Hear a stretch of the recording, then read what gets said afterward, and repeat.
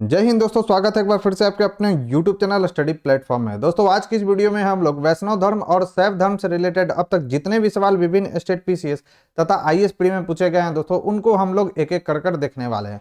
तो अभी तक जिन लोगों ने हमारे चैनल को सब्सक्राइब नहीं किया तो सब्सक्राइब कर ले, बेल आइकन को प्रेस कर ले ताकि नई वीडियो की नोटिफिकेशन आपको समय समय पर मिलती रहे। साथ ही साथ वीडियो पसंद आए दोस्तों तो प्लीज इस वीडियो को ज्यादा से ज्यादा लाइक करें और अपने दोस्तों के साथ इसे शेयर करें। तो चलिए दोस्तों आज के फर्स्ट क्वेश्चन के साथ इस डिस्कशन को स्टार्ट करते हैं।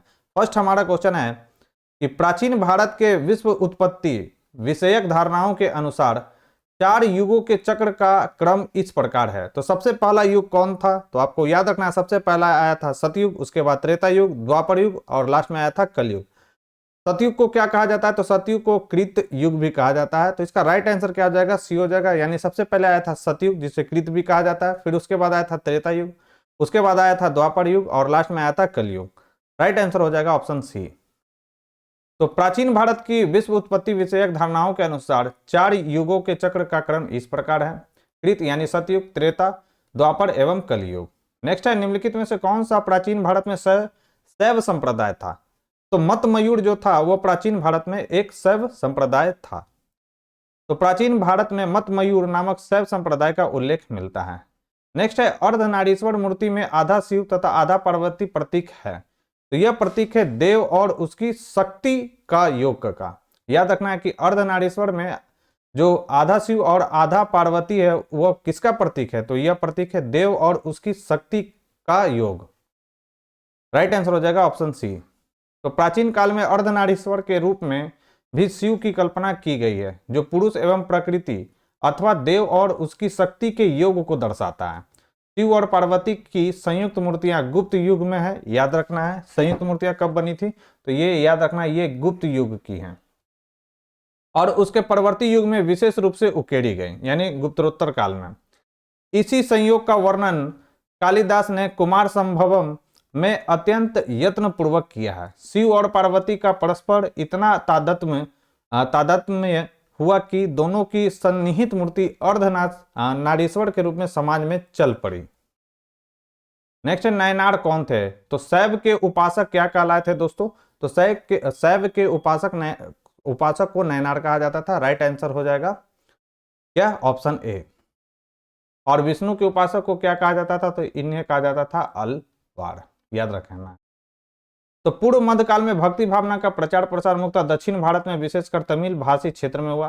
तमिल भाषी क्षेत्र में भक्ति भावना को लोकप्रिय बनाने में 2 संप्रदायों की प्रमुख भूमिका रही।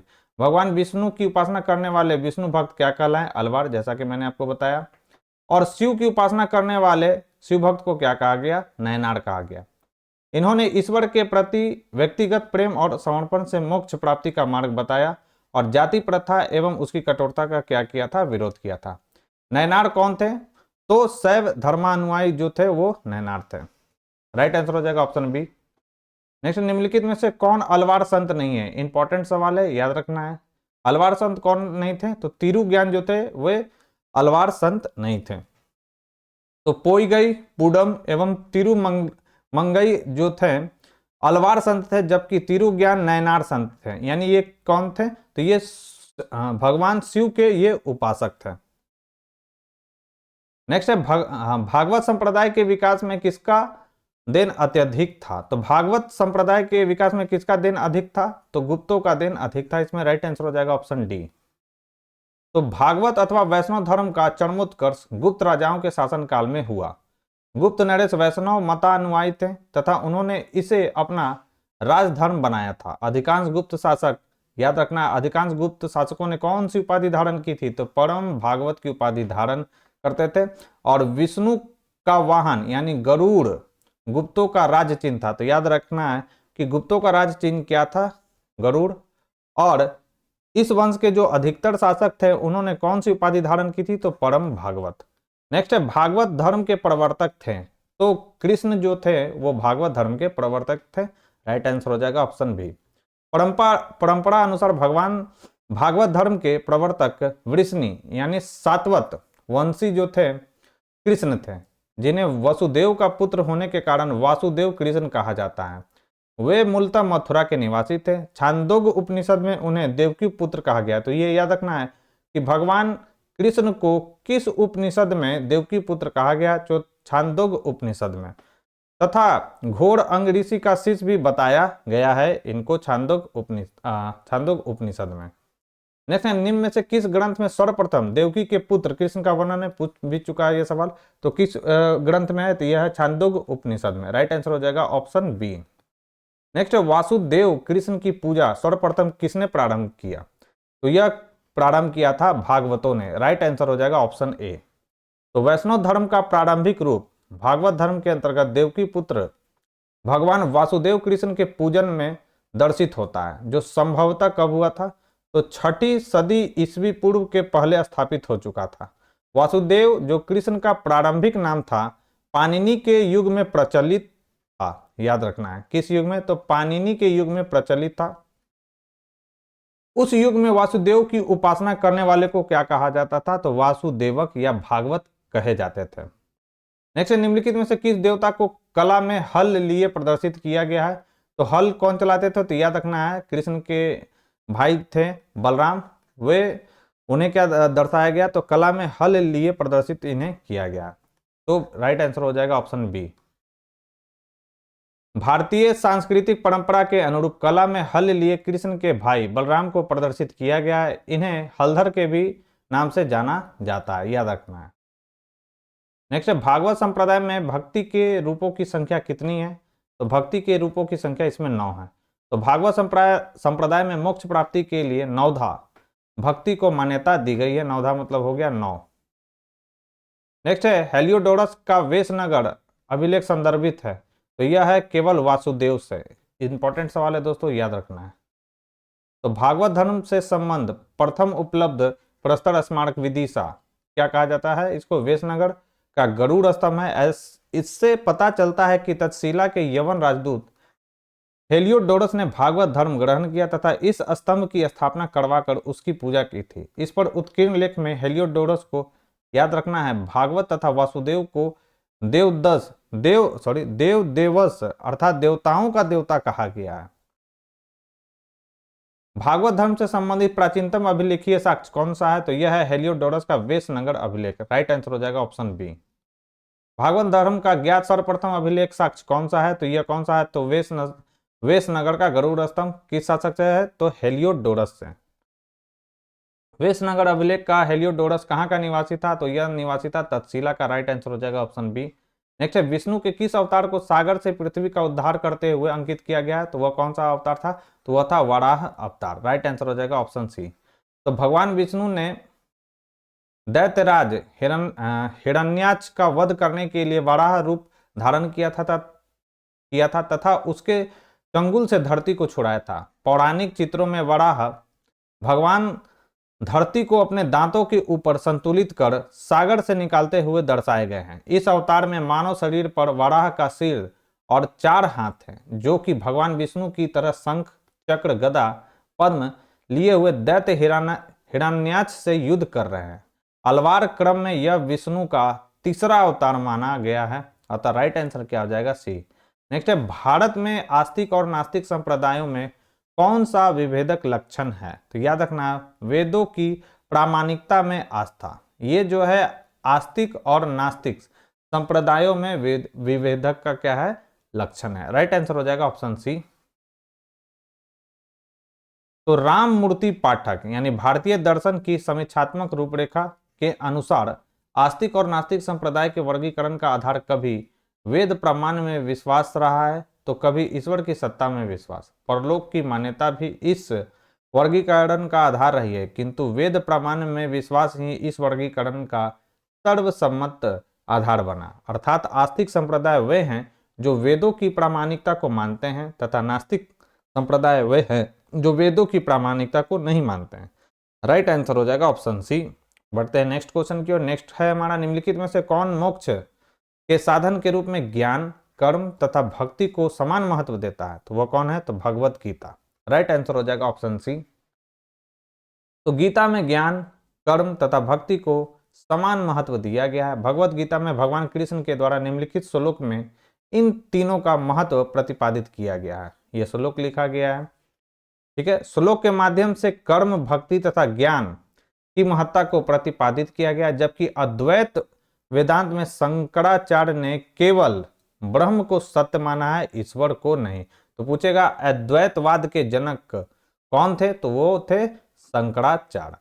वेदांत में केवल भक्ति की प्रधानता है तथा विशिष्टाद्वैतवाद वेदांत में भी केवल भक्ति को महत्व दिया गया है। मीमांसा केवल कर्म का प्रतिपादन करता है, तो याद रखना है मीमांसा में केवल कर्म की प्रधानता है। और ये सभी के सभी महत्वपूर्ण फैक्ट्स है दोस्तों, जिसे आपको ध्यान में रखना है। नेक्स्ट है अधोलिखित में से कौन एक गीता की मुख्य शिक्षा है, तो कौन है, तो निष्काम कर्मयोग जो है वह गीता की मुख्य शिक्षा है। राइट आंसर हो जाएगा डी। तो गीता का कर्म योग निष्काम कर्म योग है। निष्काम कर्म योग का अर्थ है कि हम कर्म को सदैव साध के रूप में देखें, उसे कभी भी साधन के रूप में न ग्रहण करें। हम कर्म तो करें किंतु कर्म फल में आसक्ति न रखें, यानी कर्म करो फल पर विश्वास मत करो, मतलब कर्म करो फल की प्रतीक्षा मत करो। मतलब आदमी को अपना कर्म करते जाना चाहिए, फल की प्रतीक्षा नहीं करनी चाहिए। गीता के निष्काम कर्म योग में ज्ञान, भक्ति एवं कर्म का समन्वय होता है। गीता की मुख्य शिक्षा निष्काम कर्म योग का आदेश है।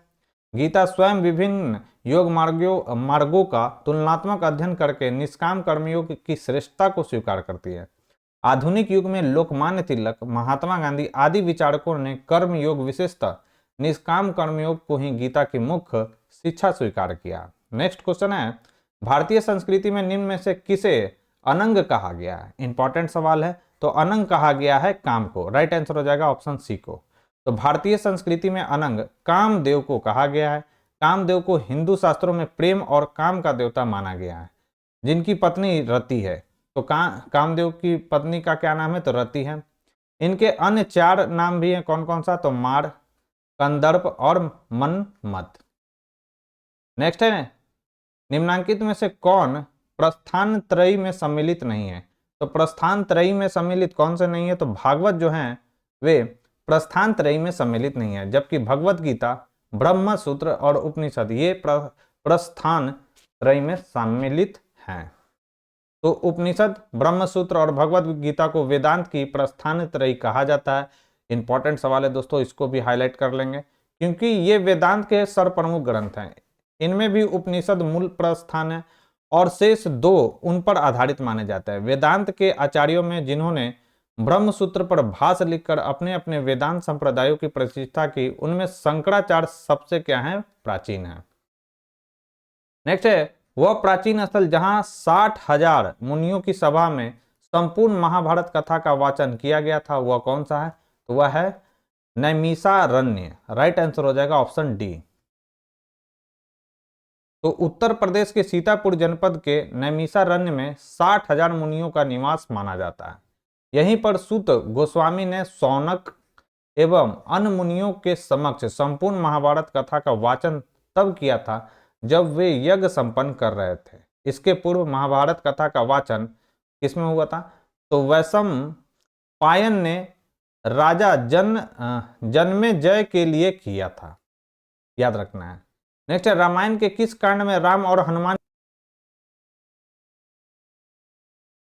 नेक्स्ट क्वेश्चन है, रामायण के किस कांड में राम और हनुमान की पहली भेंट का वर्णन है? तो यह कौन सा कांड है, तो यह है किष्किंधा कांड। रामायण में कुल कितने कांड है, तो 7 कांड है। और सबसे बड़ा कांड कौन सा है, तो याद रखना है बाल कांड है। ठीक है, राइट। तो इस क्वेश्चन का राइट आंसर हो जाएगा ऑप्शन ए। तो रामायण के रचयिता वाल्मीकि थे। संस्कृत भाषा में रचित इस आदि काव्य में कुल 7 कांड है, यानी 7 अध्याय। इसका चौथा कांड किष्किंधा कांड है, जिसमें राम और हनुमान की भेंट तथा बाली वध एवं सुग्रीव के वानर शासक बनने का वर्णन है। नेक्स्ट है, कालिका पुराण किस धर्म से संबंधित है? तो यह शाक्त धर्म से संबंधित है। राइट आंसर हो जाएगा बी। तो कालिका पुराण शाक्त धर्म से संबंधित है। कालिका पुराण को काली पुराण या सती पुराण भी कहा जाता है। यह हिंदू धर्म के शाक्तवाद परंपरा में 18 पुराणों में से एक है। फिर सूची 1 को सूची 2 से मिलान करना है। विष्णु को, भगवान विष्णु का पहचान चिन्ह क्या है, याद रखना है। चक्र है, शिव का क्या है, तो त्रिशूल है। गणेश का, तो गणेश का है रस्सी या फंदा, और सरस्वती जी का क्या है, तो वीणा। राइट आंसर, ये तो इजी सवाल है। 2 1 4 3 राइट आंसर हो जाएगा 2 1 4 3। तो किस ऑप्शन में है, तो यह है ऑप्शन बी में। नेक्स्ट है, पुरी में रथ यात्रा किसके सम्मान में निकाली जाती है? तो यह भगवान जगन्नाथ के सम्मान में निकाली जाती है। ठीक है, तो प्रति वर्ष आषाढ़ माह के शुक्ल पक्ष में उड़ीसा के पुरी में भगवान जगन्नाथ किनको कहा गया? भगवान कृष्ण को।